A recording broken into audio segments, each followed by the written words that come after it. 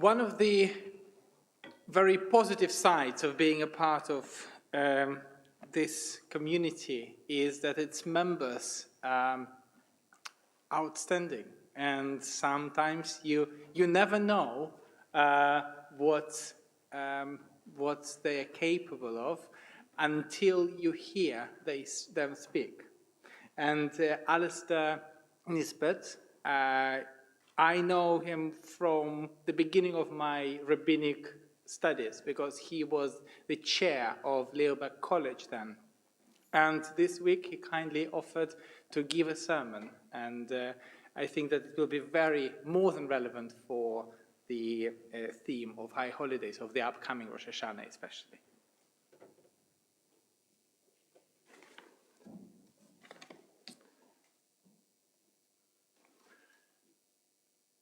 Thank you, Igor. I hope I don't disappoint. This is the last Shabbat of the month of Elul, and next Monday evening we celebrate Rosh Hashanah. Clearly, this is a festival named by a Jewish committee as it has 4 Hebrew names. First, Rosh Hashanah, meaning New Year, or literally the head of the year. Yom Teruah, the day of blowing. Yom Hadin, the day of judgment. And Yom HaZikaron, the day of remembrance. There is no mention of the named Rosh Hashanah festival in the Torah, and only an oblique mention in the Tanakh as a whole. In Leviticus 23, we are commanded, in the 7th month, in the first day of the month, shall be Shabbaton Zikaron Teruah Mikra Kodesh, a solemn rest unto you, a memorial proclaimed with the blast of horns, a holy gathering. In Numbers 29, we are told that the first day of the month will be Yom Teruah, a day of blowing. So we're commanded to spend a day blowing, but blowing what? The King James Bible uses the word trumpet for 3 different Hebrew words: Shofar, Yuval, and Chatzatzrot, which Jewish translators usually use the word shofar when they're describing the shofar and the trumpet for the others. So we're commanded to spend a day. So the second trumpet is the Chatzatzrot. This trumpet was about 1/2 meter long, made of beaten silver, and used as a pair of trumpets. They were associated very much with the temple, and 2 appear on the coins minted for the Bar Kokhba rebellion. It's interesting that they're shown with mouthpieces, very much like a modern-day trumpet. There are also 2 trumpets attached to the pillaged altar in the relief on the Arch of Titus in Rome, so very much associated with that temple. The third trumpet is the Yuval, which means ram's horn. It's heard along with the shofar on Mount Sinai before the giving of the 10 Commandments in Exodus 19. The Yuval is also blown to announce the 50th year, the Jubilee year, that gives the celebration its name.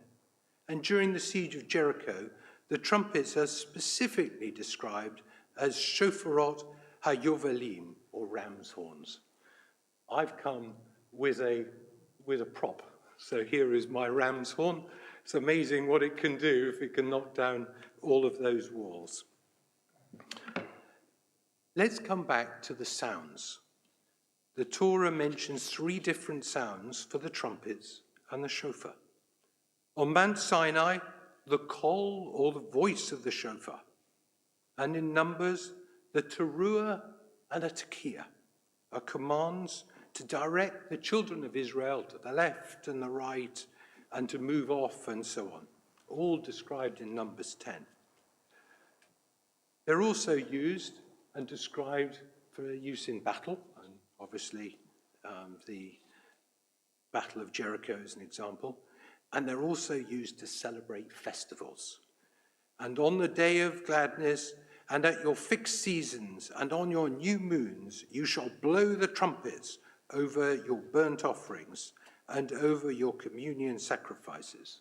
So they must have been, when they were doing these sacrifices, they had a group of a couple of the priests blowing the trumpets, the ha-ha-ha-sotzrot. And what did the sounds really sound like? To be frank, nobody knows. But I think we can make a good guess. When someone picks up a shofar, they usually play just one note, which we know as the tekiah. Is this right? We have a few hints in the Bible that suggest that it is. In Numbers, the tekiah is mentioned before the teruah, and they are combined, utikatem teruah. In the story of Joshua storming the city of Jericho, the moment where Hollywood meets the Bible, the priests walking around the city, blowing long and loud tekiahs on their ram's horns. On the seventh day, with one last blast and a shout, and interesting, that's noted, they say a teruah there, so people are shouting a teruah. The city walls come tumbling down. The word teruah seems to be associated with the concept of alarm. Again, from Hollywood. I think of the moment in old westerns when the US cavalry, toot, toot, toot, arrived to save the day, announced by the bugle. The clincher for me, though, is in Psalm 150, where a number of instruments are mentioned, and some with their sounds.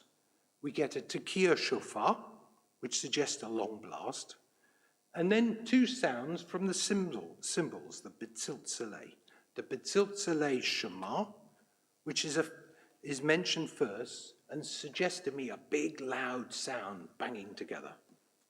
And then a betziltzalei teruah, which must be more of a tingling sound, which we get. So again, it seems to me that this is a sound of a da-da-da-da-da sound. So with the temple gone, the rabbis have moved on from the temple sacrifices and the trumpets to accompany them. We now use the cheaper and much more robust ram's horn that was used according to Psalm 81 to announce the new months. Blow a shofar for the new moon on our festival day. In the Torah, Yom Kippur, at the start of the Jubilee, is marked by the shofar. Cause the shofar to sound, teruah, on the 10th day of the 7th month. In the Day of Atonement shall you sound teruah, the shofar throughout all your land. The rabbis have come up with many additional reasons to blow the shofar. The shofar is made of a ram's horn, as I've said. It links all the way back to Abraham and that ram in the thicket that saved Isaac. The message is clear. God, you remembered Abraham and Isaac. We are their descendants. Remember us. You can actually use any kosher animal to be a shofar except one. That's you can't use a cow's horn because that wasn't our best moment. The old Aramaic term, the rabbis in the Talmud, Tractate Rosh Hashanah, have a long discussion about the shofar, how to make it, and how to use it. They debated the sound of the teruah and came up with a third note, a broken note or a sobbing note with 3 blasts, and they called that the shivarim. As often happens in the Talmud, we preserve both traditions and play both sounds on Rosh Hashanah. The old Aramaic term for Yom Teruah is Yom Yabab, and that means weeping. So this comes from the Song of Deborah, when the mother of the defeated general Sisera, who was waiting for her son, looking through the window, and Yababa is weeping. Today is Shabbat Nitzavim. where we are nearing the end of the book of Deuteronomy. A large part is believed to be written during the reign of King Josiah, probably 30 or 40 years before the destruction of the temple in Jerusalem and the exile into Babylon. In Deuteronomy, there is no mention of shofars, of trumpets, of teruahs or tekiyahs. Not a peep, not a blast, not a toot.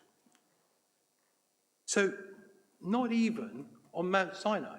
So we have a repeat of the Ten Commandments, lots of fire, no shofar blast. Whereas in the book of Exodus, we get three. We get one yuval and two shofars, all with the sound of the shofar. But it's interesting, in the book of Deuteronomy, clearly at that time, trumpets were not a big thing. We also have no mention at all of Rosh Hashanah and Yom Kippur. No mention, not even a suggestion of a different name. They're not mentioned at all. Again, something is happening here, that this concept of Rosh Hashanah hasn't really arrived when we get to the book of Deuteronomy. It seems that these festivals and the concept of shofar blowing are post-exile and perhaps only properly developed much later in Talmudic times. Even after the exile, when the Israelites return to Jerusalem, there's a big unveiling and reading of the Torah by Ezra the scribe and by Nehemiah at the beginning of the 7th month. So what should they be celebrating? It's described in Nehemiah 8 that they describe the building of the Sukkah and the celebration of Sukkot. No mention of Rosh Hashanah at all. At some time later, the 7th month is given the Babylonian name Tishri, and many believe that the origin of Rosh Hashanah was a Babylonian autumn festival celebrating the sovereignty of the gods. The concept of God's sovereignty is spread through our Rosh Hashanah liturgy, Avinu Malkeinu, our parent, our sovereign, being an obvious example. What instrument do we associate with the arrival of a sovereign? We're told in Psalm 98, with the trumpets and the sound of the shofar, make a joyful noise before the sovereign Adonai. We first blow the shofar on Rosh Hashanah during the Torah service, and then in the Musaf service at the end of the three sections. We have the first one, which is Malchiyot, or sovereignty, and that's obviously the time where we say for the original place of Aleinu. And if you read Aleinu in a few minutes, you'll see just how much the concept of sovereignty is mentioned. Then Sikronot, which is remembering. And finally Shofarot, where we celebrate the blowing of the shofar. Let's finish with a theological question. Why does God need to hear the shofar at all? If we think that God needs to be woken up, shouldn't we then be scorned by Elijah, as he did to the priests of Baal, who made lots of noise to try to wake up their God? No. The queen doesn't need to know that she is arriving. It's her courtiers that do. So the trumpets are sounded to make them stand up and pay attention. At Rosh Hashanah, we listen to the shofar to wake up our hearts and our souls to be receptive to God. Somehow the primeval sound reaches into our being and drags us back from our modern, busy lives to be nearer to God, to our ancestor Abraham and their great revelation on Mount Sinai. It is our opportunity to, as it says in today's Sidra, to choose life so that we may live. This is my first time back in this synagogue for a very, very long time. And I'm sort of mindful of everything that's gone on. And it's my opportunity to thank Alex, Igor, Kathy, the choir, and everybody that's made this possible. And I think it's just fantastic that we're now there. My favorite opera is Fidelio, And unfortunately, with the 250th anniversary of Beethoven's birth, that didn't get played because of lockdown. But there are two sort of themes there which I think are interesting. First, that prisoner's chorus in the first act, where everybody comes out, orchestra very quiet, and the prisoners look up at the sun and blink and haven't seen it for a long time. And gradually the music gets bigger and bigger. And I think that's something that hopefully we'll be able to do with this. Sadly, they were all bustled back into their cells. And I think we know about that too. We think the sun is coming out and it doesn't quite. But it gets darker and we go back into the dungeon in the second act. We're deeper down and Florestan is there. He's about to be rescued by Leonora, but unfortunately the baddies are there too. What happens? How do they get out? Suddenly there's the sound of the bugle, and we have in the final scene the glorious arrival of the governor, not a king, but the governor, and we have C major, and that is just a wonderful moment in the opera, and I think sums up really what we're hoping for.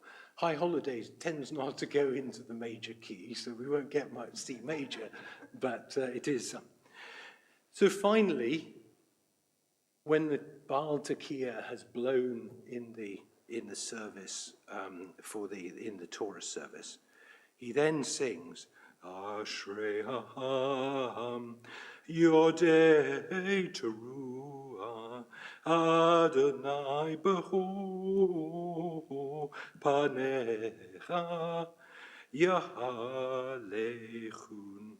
Happy are the people who know the sound of the shofar, Adonai, for they shall walk in the light of your presence. Shabbat Shalom and Lashana Tova Umtucha. I wish you all a good and sweet year, and perhaps a little bit of C major as well. Thank you.